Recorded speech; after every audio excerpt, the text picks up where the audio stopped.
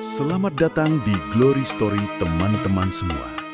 Semoga malam ini hati kalian hangat, pikiran tenang, dan telinga siap untuk mendengar kisah unik nan lucu dari seorang tokoh yang sangat terkenal, Abu Nawas. Ya, dia selalu punya cara konyol, penuh akal, dan seringkali membuat orang terpingkal-pingkal, termasuk kita yang mendengar kisahnya. Malam ini, saya akan membawakan sebuah cerita berjudul Cara Konyol Abu Nawas Agar Membuat Raja Kurus. Jangan dulu buru-buru tersenyum, karena kisah ini bukan hanya soal kelucuan, tapi juga ada kejutan, teka-teki, bahkan sedikit ketegangan di dalamnya. Mari bayangkan, di sebuah kerajaan yang makmur, ada seorang raja yang sangat berkuasa. Raja ini bijak, disegani, tetapi ada satu kebiasaan buruk yang membuat seluruh istana pusing tujuh keliling. Apa itu? Ya, raja punya selera makan yang luar biasa besar. Setiap hari, meja makan kerajaan penuh dengan daging kambing, nasi beraneka rupa, kue manis, dan kendi-kendi berisi minuman yang menggoda. Raja akan makan dari pagi hingga malam tanpa henti. Para tabib sudah memperingatkan, "Tuanku, tubuh Anda bisa sakit kalau terus begini." Tetapi raja hanya tertawa. Semakin lama, tubuh raja makin gemuk. Bajunya tidak muat, singgasananya seperti akan retak kalau ia duduk terlalu lama. Para pengawal sering kewalahan mengangkat tandu sang raja saat bepergian. Sampai akhirnya, raja merasa risih. Ia ingin kurus, tapi tentu saja tanpa harus meninggalkan kebiasaan makan enaknya. Ia memanggil semua penasehat, tabib, bahkan orang bijak dari negeri jauh. Tapi tak satu pun bisa memberi solusi yang memuaskan. Raja mulai murung. Ia ingin tubuh ramping, tapi lidarnya tak mau berhenti mencicipi makanan. Di tengah kegelisahan itu, ada satu nama yang terlintas di kepalanya. Abu Nawas. Siapa yang tidak kenal Abu Nawas? Lelaki sederhana, lucu, dan dikenal punya ribuan cara aneh untuk memecahkan masalah. Tentu saja, kadang-kadang solusinya tak masuk akal, tapi anehnya sering berhasil. Raja lalu mengutus pengawalnya untuk memanggil Abu Nawas ke istana. Begitu mendengar undangan itu, Abu Nawas langsung curiga. Kalau raja memanggilku, pasti ada hal aneh yang sedang terjadi, gumamnya. Ia mengenakan jubah lusuhnya, berapikan sorban seadanya, dan berjalan menuju istana. Di sepanjang jalan, ia berpikir keras. Apalagi yang diinginkan raja kali ini? Apakah aku akan disuruh mengurus kuda, atau disuruh mencari emas di dasar sumur? Sesampainya di istana, raja menyambutnya dengan wajah serius. "Abu Nawas, aku butuh pertolonganmu," kata raja dengan nada yang jarang terdengar, penuh kegelisahan. Abu Nawas pura-pura kaget. "Wahai Baginda, biasanya Baginda selalu terlihat riang dengan hidangan lezat. Apa gerangan yang membuat Baginda sampai memanggil hamba dengan wajah kusut begitu?" Raja menghela napas panjang, lalu menepuk-nepuk perutnya yang besar. "Abu Nawas, lihatlah. Aku ingin kurus, tapi aku tidak ingin berhenti makan. Bisakah kau membuat itu terjadi?" Abu Nawas hampir tertawa keras mendengar permintaan itu. Tetapi ia segera menundukkan kepala, menahan senyum licik yang hampir pecah. "Baginda ingin kurus tanpa berhenti makan? Itu memang sulit, tapi bukan berarti mustahil." Mata raja berbinar. Katakan Abu Nawas, apa caranya?" Abu Nawas menatap raja dengan penuh misteri. Ia lalu tersenyum kecil, menundukkan kepala dan berkata pelan, "Caranya konyol sekali Baginda. Bahkan mungkin Baginda sendiri tidak akan percaya. Tapi kalau Baginda berani, hamba akan melakukannya." Raja terdiam, penasaran bercampur takut. "Apa maksudmu Abu Nawas? Katakan segera sebelum kesabaranku habis." Abu Nawas mendekat, berbisik di telinga sang raja. Dan begitu kalimat pertama keluar dari mulutnya, wajah raja langsung berubah antara bingung, marah, dan tidak percaya. Dan disinilah teman-teman Glory Story, kisah kita harus berhenti sejenak karena rahasia Abu Nawas baru saja dimulai. Apa sebenarnya rencana konyolnya Hu Abu Nawas? Bagaimana cara aneh itu bisa membuat raja kurus tanpa berhenti makan? Suasana ruang perjamuan mendadak hening setelah Abu Nawas menyampaikan bisikan ganjil di telinga sang raja. Para pengawal yang berdiri di sisi kanan kiri hanya bisa saling melirik, penasaran namun tak berani bertanya. Raja mengangkat alisnya, menatap Abu Nawas dengan sorot mata tajam. Apakah kau sedang mempermainkanku, Abu Nawas? Bagaimana mungkin perut sebesar ini bisa susut hanya dengan cara seperti itu? Dengan wajah polos, Abu Nawas menjawab, "Hamba tak berani mempermainkan Baginda. Justru cara ini adalah satu-satunya jalan agar Baginda bisa tetap makan enak sekaligus menurunkan berat badan." Raja menghela napas panjang. Rasa marah bercampur dengan rasa ingin tahu. Ia tahu setiap kali Abu Nawas bicara dengan penuh keyakinan selalu ada kelucuan sekaligus keajaiban di baliknya. "Baiklah," kata raja akhirnya. "Katakanlah dengan jelas, jangan lagi berbisik-bisik. Aku ingin seluruh istana mendengarnya." Abu Nawas tersenyum licik. Ia menatap ke sekeliling, memastikan semua mata tertuju padanya. "Caranya sederhana sekali, Baginda. Setiap kali Baginda makan, Baginda harus bergerak." Seluruh ruangan terdiam. Raja mengerutkan dahi. "Bergerak? Apa maksudmu bergerak? Aku ini raja, bukan penari keliling." Dengan tenang, Abu Nawas menjelaskan, "Bukan sembarang bergerak, tuanku. Baginda harus melakukan sesuatu yang membuat tubuh mengeluarkan tenaga besar, tetapi tetap bisa menyantap makanan. Kalau tidak, lemak tidak akan pernah hilang." Para tabib saling berbisik, sebagian mengangguk-angguk, sebagian lagi hampir tertawa mendengar ide aneh itu. Bagaimana mungkin seorang raja makan sambil berkeringat seperti pekerja di ladang? Namun, Abu Nawas belum selesai. Ia menambahkan, "Bayangkan Baginda, duduk di meja panjang, lalu setiap suapan nasi harus diambil dengan cara berlari mengelilingi halaman istana lebih dulu. Setelah itu, baru boleh masuk satu gigitan daging. Setiap langkah, setiap tetesan keringat akan membuat tubuh Baginda menyusut." Raja ternganga. Para pengawal hampir tidak bisa menahan tawa, tetapi ketakutan membuat mereka hanya menunduk.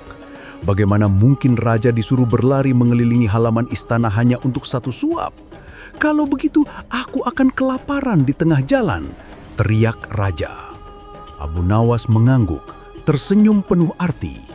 "Nah, disitulah letak kecerdikannya Baginda. Baginda tetap makan, tapi jumlahnya berkurang tanpa Baginda sadari. Berat badan pun turun tanpa harus mengurangi kenikmatan rasa makanan." Raja terdiam, matanya mulai berbinar meskipun masih tersisa keraguan. Ide Abu Nawas memang selalu terdengar mustahil, tetapi entah bagaimana selalu berakhir dengan kejutan yang membuatnya terkekeh. "Baiklah," kata raja dengan nada setengah ragu, "aku akan mencobanya. Tapi ingat Abu Nawas, jika caramu gagal, kau akan menanggung akibatnya." Abu Nawas hanya menunduk hormat sambil tersenyum tipis. Dalam hatinya ia tahu permainan baru saja dimulai dan seluruh istana akan menjadi saksi dari eksperimen paling konyol sepanjang sejarah kerajaan. Malam itu, para pelayan diperintahkan untuk menyiapkan meja besar di halaman istana. Obor-obor dipasang, musik lembut dimainkan, dan semua orang menunggu momen langka. Sang raja makan sambil berlari mengelilingi halaman. Tetapi teman-teman Glory Story, apakah benar cara konyol ini akan berhasil? Atau justru membawa kekacauan besar di istana? Kisah ini belum selesai, dan rahasia Abu Nawas masih menyimpan kejutan lain yang tak terduga. Malam berganti pagi dan halaman istana kembali disibukkan oleh persiapan olahraga makan raja.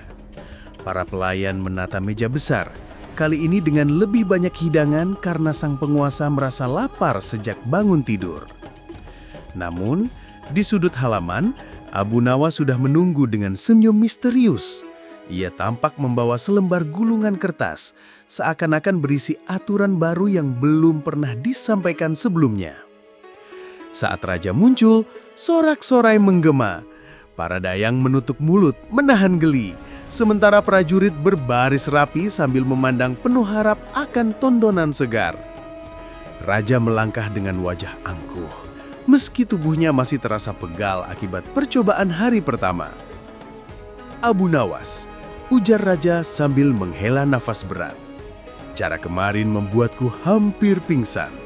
Tapi anehnya perutku terasa lebih ringan. Jangan bilang kau punya aturan tambahan yang akan membuatku lebih menderita."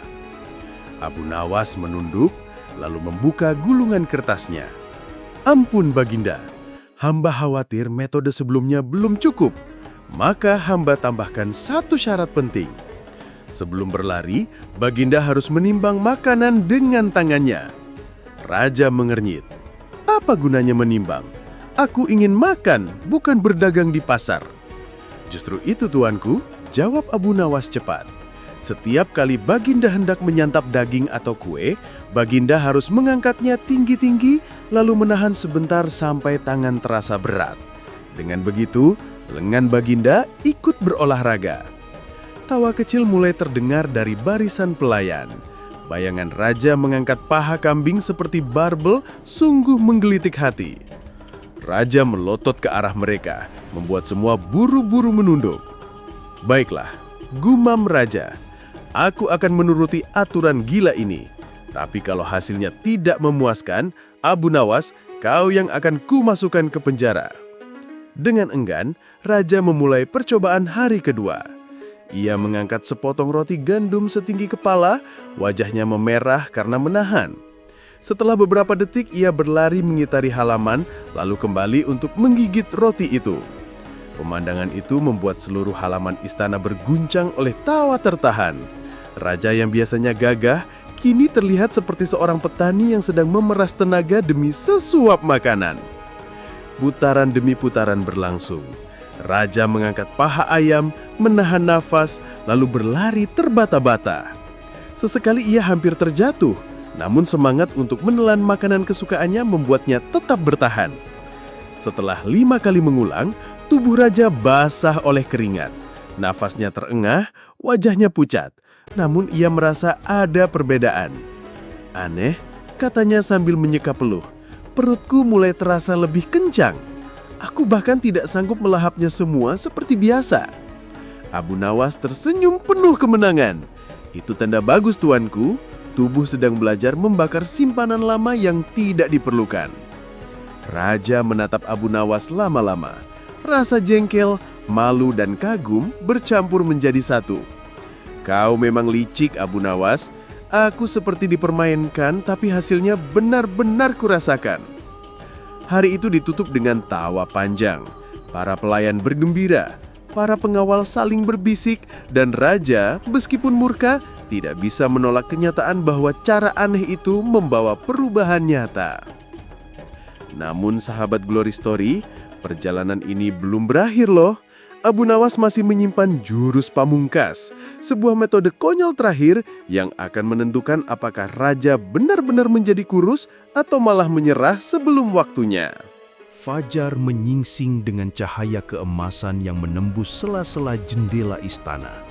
Suara ayam jantan bersahutan menandai hari baru yang penuh kehebohan.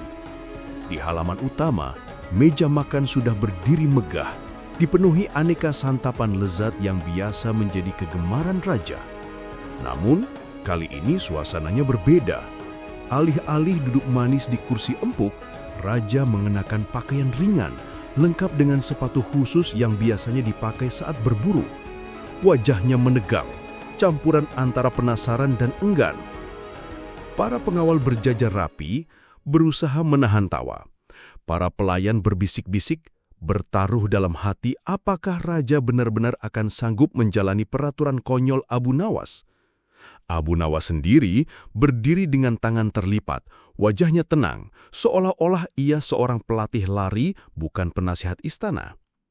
Ingat Baginda, setiap kali ingin menyuap makanan, Baginda harus berlari 1 putaran mengelilingi halaman, baru setelah itu 1 gigitan boleh masuk ke mulut. Raja mendengus. Hanya demi sepotong daging aku harus berlari sejauh ini? Baiklah, kita lihat seberapa lama aku sanggup. Dengan langkah berat namun penuh gengsi, Raja mulai berlari. Nafasnya cepat memburu, jubahnya berkibar, peluh mulai membasahi dadi meski baru beberapa langkah. Semua mata mengikuti gerakan tubuh besar itu yang berusaha menempuh 1 putaran. Ketika akhirnya mencapai meja, Raja meraih sepotong paha ayam panggang dengan tangan gemetar. Ia melahapnya dengan rakus, lalu menatap Abu Nawas sambil mendengus. Lihat, aku berhasil. Bagus sekali Baginda, tapi ingat, gigitan kedua baru boleh setelah putaran berikutnya. Wajah Raja memerah. Namun demi menjaga wibawa, ia kembali berlari. Langkahnya kini lebih lambat, nafas semakin berat, tetapi semangat untuk segera meneguk sup hangat membuatnya tak berhenti. Para prajurit mulai bertepuk tangan, sebagian menyoraki seperti menonton pertandingan seru. Tawa kecil terdengar dari para dayang yang tak sanggup menahan geli melihat sang penguasa berubah menjadi pelari yang kepayahan demi sesuap makanan. Begitu sampai di meja untuk kedua kalinya, Raja menjatuhkan diri di kursi. Ia menghirup sup dengan terburu-buru, kemudian mendesah puas. Astaga, ini lebih melelahkan daripada berburu rusa di hutan. Abu Nawas mendekat, menepuk bahu Raja. Lelah itulah yang akan menjadi obat Baginda. Setiap tetes keringat adalah musuh dari lemak yang menempel di tubuh. Raja hanya menggeleng, setengah percaya, setengah putus asa. Kalau begini caranya, mungkin aku hanya sanggup makan separuh dari biasanya. Mendengar itu, Abu Nawas tersenyum lebar. Itulah tujuan sebenarnya, tuanku. Baginda tidak merasa dipaksa mengurangi porsi, tetapi tubuh dengan sendirinya membatasi. Hari itu, istana penuh gelak tawa. Tidak ada yang menyangka, raja yang biasanya makan tanpa henti, kini harus berjuang keras demi setiap gigitan. Suara langkah kaki bercampur derai tawa menjadikan halaman istana seperti arena pertunjukan rakyat. Namun teman-teman Glory Story, meski tampak berhasil, siapa sangka Abu Nawas sebenarnya belum mengungkap seluruh rencananya. Ia masih menyimpan trik rahasia lain yang jauh lebih konyol yang akan membuat raja benar-benar jengkel sekaligus kagum. Hari ketiga tiba. Matahari bersinar terik, namun halaman istana sudah dipenuhi dengan riuh rendah suara para pelayan, pengawal, hingga tabib. Semua menunggu, karena mereka tahu Abu Nawas pasti membawa kejutan baru. Raja muncul dengan langkah lamban. Wajahnya sedikit lesu. Tubuhnya memang mulai terasa lebih ringan, tetapi rasa lapar yang belum tuntas membuat hatinya gundah. Abu Nawas, katanya dengan suara serak, aku sudah berlari, aku sudah mengangkat makanan. Apalagi yang kau rencanakan kali ini? Abu Nawas membungkuk hormat. Ampun Baginda, metode terakhir ini akan menjadi kunci. Jika Baginda sanggup menjalaninya, tubuh Baginda akan benar-benar berubah. Sorot mata raja penuh kecurigaan. Jangan katakan aku harus memanjat pohon hanya untuk mendapat sesuap nasi. Orang-orang di sekitarnya tertawa kecil, lalu buru-buru terdiam ketika raja melirik tajam. Abu Nawas tersenyum tipis.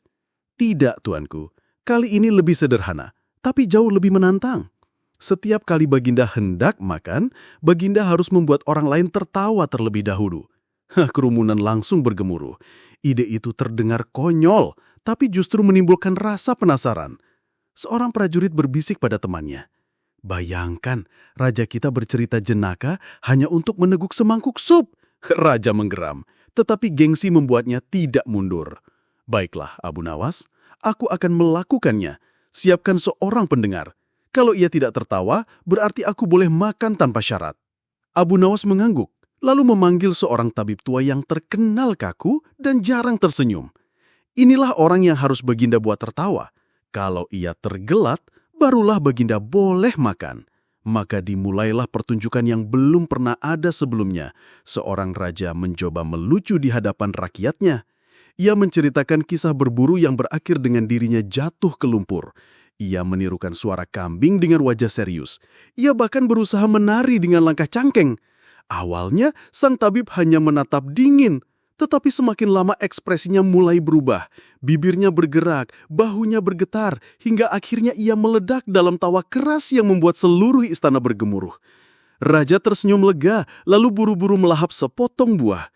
Meski hanya gigitan kecil, kepuasannya jauh lebih besar karena ia berhasil membuat orang lain gembira. Hari demi hari berlalu, metode aneh itu terus dijalankan. Raja berlari, mengangkat makanan, lalu melucu sebelum makan. Tubuhnya pelan-pelan menyusut, wajahnya tampak segar. Dan untuk pertama kalinya dalam hidup, rakyat melihat penguasanya bukan hanya gemuk penuh kuasa, tetapi juga manusia biasa yang bisa menghibur. Suatu sore, Raja duduk di singgasananya dengan pakaian yang kini terasa longgar. Ia menatap Abu Nawas dan tersenyum lebar. Kau memang aneh, Abu Nawas. Aku ingin kurus tanpa berhenti makan, dan kau memberiku cara yang tak masuk akal. Tapi lihatlah hasilnya. Aku benar-benar merasa lebih sehat. Abu Nawas menunduk, matanya berkilat nakal. Itulah keajaiban cara konyol Baginda. Terkadang hal yang tampak gila justru membawa perubahan besar. Gelak tawa memenuhi aula. Malam itu, rakyat berkumpul, menyalakan lentera, dan merayakan keberhasilan raja yang kini jauh lebih bugar. Abu Nawas menjadi pahlawan meskipun dengan cara yang tak pernah terpikirkan sebelumnya. Dan begitulah teman-teman Glory Story. Kisah cara konyol Abu Nawas agar membuat raja kurus berakhir dengan senyum dan tawa, serta pelajaran bahwa terkadang solusi terbesar justru datang dari hal-hal yang terlihat mustahil. Selamat beristirahat, semoga mimpi malam ini dipenuhi gelak tawa Abu Nawas dan kebijaksanaan sederhana yang ia tinggalkan.